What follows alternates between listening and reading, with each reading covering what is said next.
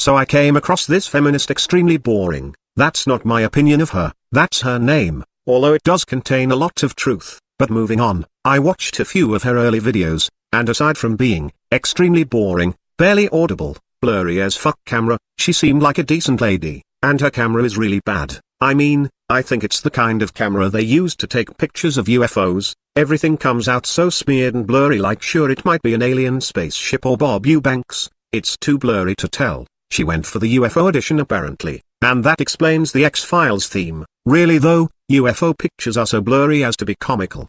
Like this, what the fuck is this? A spaceship? A clump of dirt? Fuck if I know. I'm gonna go with Boomerang. Someone dropped their camera at a Pink Floyd concert? Wait, I know what that is, it's Flipper. They call him Flipper, Flipper, faster than lightning. Oh, and Bob Eubanks. When was the last time anyone ever made a reference to him? Adam Savage gets more mention than Bob. Anyhow, when I first started watching her videos, I thought she was a nice lady, and had a naive view on feminism, so I thought I'd make a video response to one of her videos, and explained why I was one of these people that had certain negative views on feminism.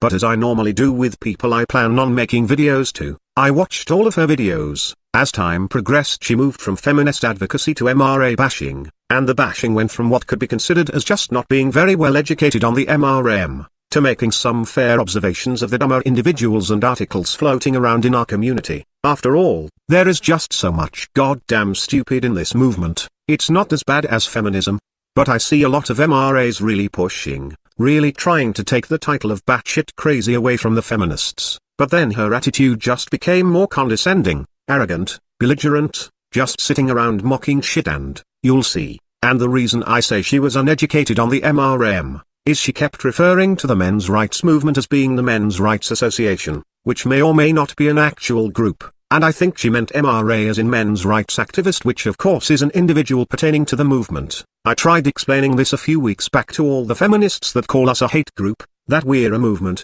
not a group. Let's start. So is there a misogyny in feminism? Personally, I would say no. And our survey said Feminism is about equal rights. We do tend to disagree a lot on many issues, but if it goes into the territory of hating men, it is no longer feminism. Oh, I get it. Let's apply that to the men's rights movement as well. The men's rights movement is about equal rights for men. We do tend to disagree a lot on many issues, but if it goes into the territory of hating women, it is no longer men's rights activism. I'm just saying if you can alleviate all responsibility for feminism with that statement, I can just as easily alleviate all responsibility for the men's rights movement using that exact statement. And therefore, all of your videos about us evil MRAs is completely wrong, because MRAs don't hate women, and all cases of MRAs hating women, well, they're not really MRAs, and for the same reason as your atheist who believes in God example. So, by your own argument, I have destroyed every argument you have against the MRM. Wow. I never pwned a feminist so fast in all my time here on YouTube. I can seriously just end the video here, but I'm not letting you off the hook that easy. Then of course, some people like to bring up that feminism only looks at one side and ignores issues concerning men. I've personally never seen this to be true. I may be generalizing a bit too much, but feminists recognize that many women's issues are also men's issues. Feminists do this all the freaking time. And rather than using examples of other feminists, how about I just use you? You've done this yourself several times. In your videos Stop Yelling from Your Cars, you talk about how hard it is for you women having to put up with males harassing them by shouting at them. What about men? What about all the times guys shout at guys with things like faggot, punk, gonna kick your ass, white boy, and racial epithets depending on the race? Us males get called names, and threats, and other words of intimidation, shouted at us from jerks as they drive by. You have taken a non-gender issue and turned it into a gender issue where apparently only women are victims. This is one of the biggest reasons feminism is referred to as hate. You attempt to empower women by demonstrating women are unique victims of something, and you do it by removing the fact that men are victims too. And when we say what about men, you then accuse us of derailing, or you make other remarks to mock us as you have done in one of your other videos, and I will be getting to that. Then of course, some people like to bring up that feminism only looks at one side and ignores issues concerning men. I've personally never seen this to be true. I may be generalizing a bit too much, but feminists recognize that many women's issues are also men's issues, and they want to get more men involved and often talk about how our current society negatively impacts them too. You mean like reproductive rights? Reproduction has to be both a male and female issue, since it requires both a male and a female, yet all reproductive rights are in the hands of women. They have birth control pills, yet protest against the development of the male pill. Women can abort a baby with no input from the father. The father cannot force or prevent her from having an abortion. If she chooses not to abort, the man is going to be held financially responsible for a child, even if he claims from day one he isn't ready to be a father. Too bad. Reproduction is completely in the hands of women. But I'm sure you feminists, when you're not busy protesting the male birth control pill, and screaming my body my choice, you're talking about other ways you can help us men to have a little bit of reproductive rights, right? And certainly if us males were to talk about our reproductive rights or lack thereof, you wouldn't do anything to stand in our way, like mock, scold, shame, ridicule, criticize, or discourage us from having such a conversation, right? Complaining about men not having as many reproductive rights as women isn't good for your image. But handing out free condoms and information how to prevent unwanted pregnancy would be good. That isn't to say you can't express your views, but definitely work on your PR because you desperately need it. I was going to give more advice, but I feel that might be a waste of time, so I'm just going to end it here. So bye. So you kinda sorta say we have a right to talk about these things, but we shouldn't do it because it's not good for our image? Hun, let me explain to you. Fuck our image. Men have been trying to stand up against the double standards feminism created, and tried to stand up for the rights they took away, and no matter how polite, professional, loving, caring, gentle, politically correct, submissive, and apologetic we've been, we were instantly labeled as sexists, bigots, misogynists, rape apologists, rape supporters, rape enablers, who hide our malicious sexist patriarchal intentions behind a mask of genuine men's issues. We learned over the past decade, we can't win, fuck PR, we're just gonna straight up talk about what we want to, and we're going to talk about it any fucking way we want to, because we are the bad guys just for having dicks, and we go from bad guys to subhuman monsters the day we complain about being viewed as the bad guys for having dicks. Now I could stop right here at providing evidence that feminism is not looking out for men, is not addressing the fact that many women's issues are men's issues too, but I think this is a pretty important point to drive home, so. And then with just about any article I've seen where they talk about women, you know, there's people that go, oh, what about the men? As if they need to be included in every single thing. A bit too much, but feminists recognize that many women's issues are also men's issues, and they want to get more men involved and often talk about how our current society negatively impacts them too. And then with just about any article I've seen where they talk about women, you know, there's people that go, oh, what about the men? As if they need to be included in every single thing. Feminists have a long history of swearing that any injustices to men are most certainly not caused by feminism. Feminism has never caused any disadvantage to men. Any injustices to men is a part of patriarchy, and feminists are working on it. They include us men and our issues and encourage us to take part in these issues, on feminist terms only of course, and us men folk don't need to be getting all uppity, just settle down. Feminists got our backs real good, they're not excluding us. Here's a feminist at the Warren Farrell protest explaining that men need not conjugate at a meeting about men's issues. They can get all they need from the feminist spaces. I have to ask on that, and I'll ask you, is why this space to talk about that? Like feminism, for example, offers lots of spaces to talk about mental health issues, talk about depression, both in men, women, and people who don't identify within the binary. I'm sure these feminist safe spaces are perfectly welcoming to normal cisgendered heterosexual white males. You know, the average Joe. I'm sure they'd welcome the average Joe and talk about issues that are important to men. Here's a group of feminists and social justice warriors trying to stop the development of a men's group on their campus. After all, these people are totally welcoming to the average Joe, they totally relate to. and sympathize with the average Joe. I think there's a possibility for the men's center to become a highly masculinized space if it's not given a clear mandate for inclusion. The men's center will end up being a place to celebrate hegemonic masculinity rather than being a place to include all different types of masculinity. Privileging of creating a men's center, the privileging, inclusive to people that don't operate within the gender binary, it could become heteronormative, masculinized even, hegemonic mascu, whatever the fuck she said at the end, and inclusive of all different types of masculinity. Holy fucking shit, what is wrong with these people? Do these people sound welcoming to normal everyday guys? Sounds to me like these people are planning the systematic eradication of the average Joe. In fact, I encourage you to go watch that entire video, link in the description, and just pretend you are the everyday normal white heterosexual cisgendered male, and tell me if these people sound like they'd welcome you, or shame and scold you. Go on, do it. Listen to these people and tell me if you feel the love. But remember, these people got our backs. No need for a men's center, or a men's meeting or a men's movement, because they're totally inclusive of us. Just keep telling yourself that while listening to them talk. No, really, extremely boring. I want you to seriously imagine yourself a white heterosexual cis male, and ask yourself how comfortable these people make you feel. But hey, I'm sure they just came off creepy by accident. I'm sure this nice friendly feminist with the red hair, who was part of a feminist group that shut down what could only barely be considered a men's meeting, by pulling a fire alarm and using threats of force to break up the meeting. I'm sure this lovely woman who swears us MRAs need to chill because feminists like totally got our backs and stuff, is for real and really means it. On a website, or are these like policies on a This website? is a list of the things that we're working towards. Now, if you would shut the fuck up for the 50th billionth time, We agree on these are things that we're agreeing on, and these are things that you've actually all got skewed fucking views on. You think that feminists are trying to take away your fucking rights, but as a matter of fact, what we're trying to do is we're actually trying to work on the same things that you're working on, but except the fact that you're so you're just too busy hating women. You can't fucking see that we're trying to actually work on those same situations.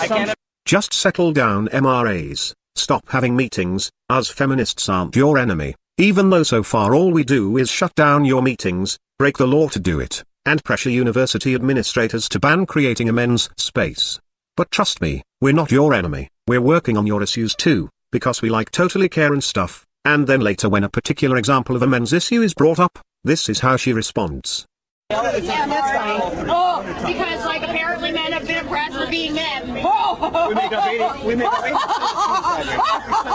That's mental health issue. That's not a mental health issue. That's not a men's rights issue. Have you checked mental out health CAMH? stigma. Have you checked out CAMH? There are about 4 programs for women and maybe 1 for men. So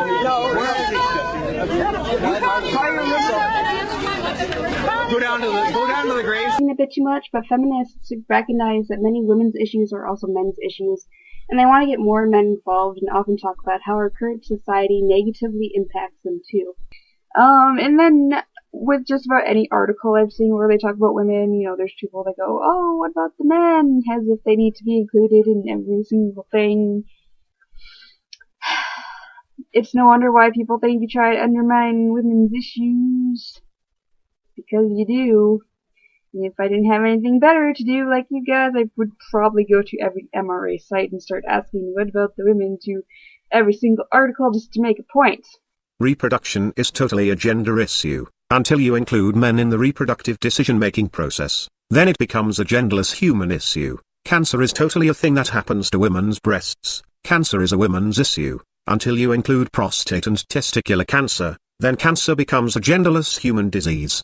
Domestic violence is a thing that happens to women, and that's why special one-sided laws and women's only shelters are created. But if you include men, suddenly domestic violence is a genderless human problem, and therefore all shelters would be genderless shelters, and men wouldn't have to focus on building men's shelters. See how many men's problems just magically disappear when men are actually included? Women are afraid to walk home at night because they are in danger of being sexually or physically assaulted. But what about the men? Well, the sexual assault is lower, but the risk of assault overall is higher. Therefore women are not unique victims anymore, and they can rest assured they are not a particularly hunted down and targeted demographic. See what happens when you include men? Women get hollered at from people in their cars, so it's totally a gender issue. But what about the men? They get hollered at too, and probably just as much. So it's no longer a gender issue. Look how many gender issues we as a culture face, that stop being gender issues, and become people issues. Funny how we hear that feminism is tearing down the gender boundaries, yet they're actually inventing gender every time they need to skew events to make women victims and men victimizers.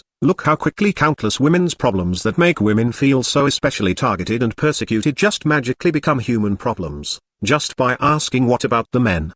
The next time you are relishing in your super duper special female suffering that only you women have, that special girls only suffering that us males could never possibly understand, just insert what about the men into your mind, and slowly but surely you will come to realize that your special and sacred girls only trauma is just normal human pain that everyone carries, not just your sex. And when you realize you don't have super special female suffering, just normal human suffering, suddenly you won't feel so targeted, so persecuted and victimized. And when you no longer walk around feeling like you are a special target, then suddenly the whole notion that there is or ever has been a system that was geared specifically to hurt your sex, at the benefit of another sex, just slowly disappears. All of modern day feminism would disappear. And when feminism disappears, the active force that causes all of the discrimination and unfair advantages to women would disappear, and when that disappears, there is no longer a need for a men's rights movement, no more feminism, no men's rights movement, no more inequality, and it all starts with asking what about the men.